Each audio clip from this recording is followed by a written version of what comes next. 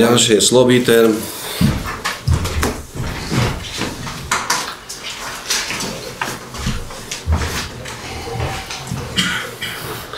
Prvým krokom v tejto časti je vlastne prevod nehnuteľnosti, teda odňatie pozemkov, odňatie z vlastníctva Slobitermu, to znamená, ide o tieto dva pozemky, to znamená parcela 1102 a 1122/5, to znamená vyňatie z majetku Slobitermu, je to prevod do majetku mesta. V danom prípade ide o pozemky, ktoré budú už v tom roku zastávané garážami. Na tento účel budú využité ešte tieto dva pozemky, ktoré sú momentálne vlastníctvom mesta. A teraz, toto je prvý krok, vyňatie. A druhý je odpredaj pozemkov, to znamená odpredaj pozemkov z vlastníctva mesta už následne. To znamená tieto dva pozemky a plus tieto pozemky tu vyznačené. Ja ukážem ešte jeden snímok. To znamená, sú to vyznačené pozemky, ktoré sú určené na výstavbu radových garáží pri kotolni K-Centrum.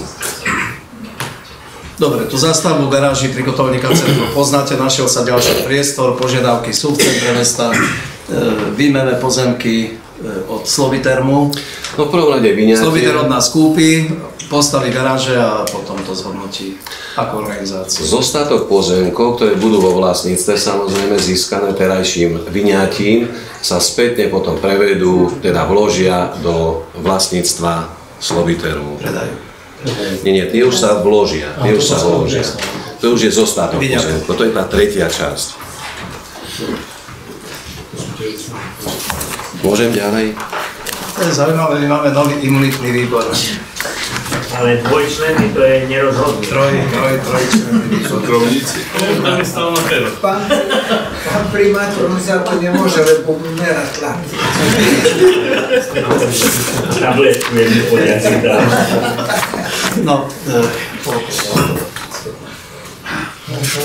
Áno, čo to ešte nie? nie, hovorili sme o cene. Cena pri odpredaj, to znamená vyňatie, zápis na list vlastníctva, odpredaj žiadaných pozemkov Slobiteru, ktoré budú určené na výstavbu. Mestská rada odporúčila v cene 39,83 eur za meter štvorcový. 5200. Tak. 1200 korun za meter štvorcový. Na Mestskej rade sme to predebatovali a trošku obširnejšie. Je nejaký iný názor? Mestská rada odporúča to riešenie. Keď nie, dávam hlasovať, kto je za tento predaj v cene, o ktorej sme hovorili, kto je za. Ďakujem pekne. Je niekto proti, zdržal sa niekto hlasovania. Ďakujem.